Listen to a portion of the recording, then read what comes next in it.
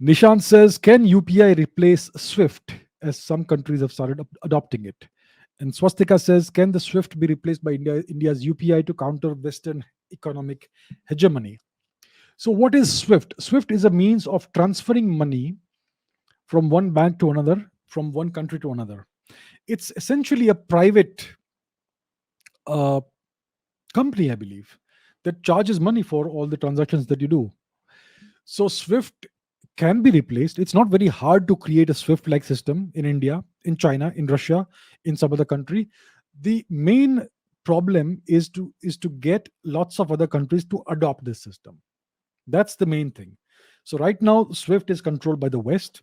When we say West, we essentially mean the US, and that's why they're able to cut off any country that they don't like from the system. So even without Swift, the Russians will be able to do financial transactions, but it will be an additional hardship because Swift makes things very convenient. So India could create its own Swift, or the Chinese could create their own Swift like system. Or what about the UPI, right?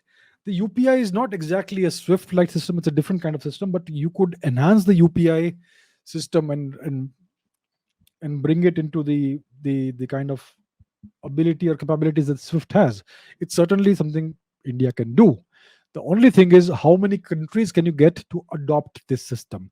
And if you do that, obviously the Americans will not like it because you're trying to create a parallel system.